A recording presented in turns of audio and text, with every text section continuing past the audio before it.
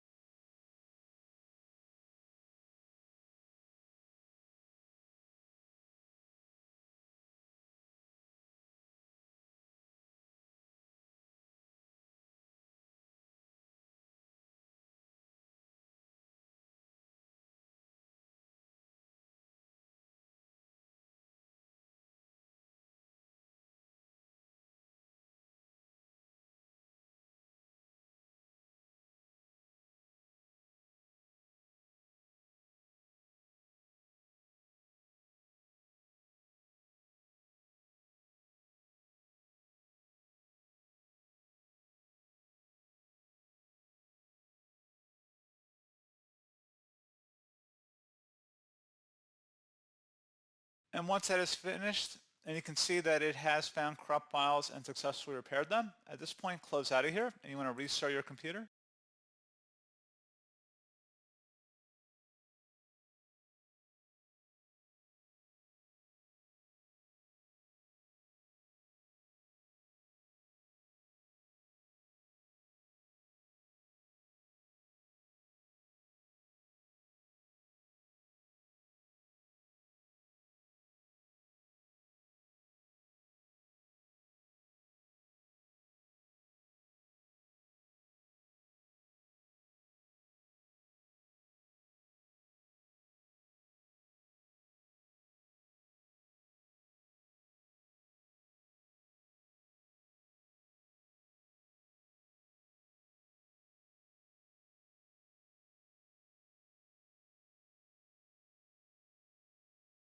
So once you've restarted, hopefully your issue's been resolved. You go ahead and proceed to check for updates. You should be good to go. So as always, thank you guys for watching this brief tutorial. I do hope I was able to help you out, and I do look forward to catching you all in the next tutorial. Goodbye.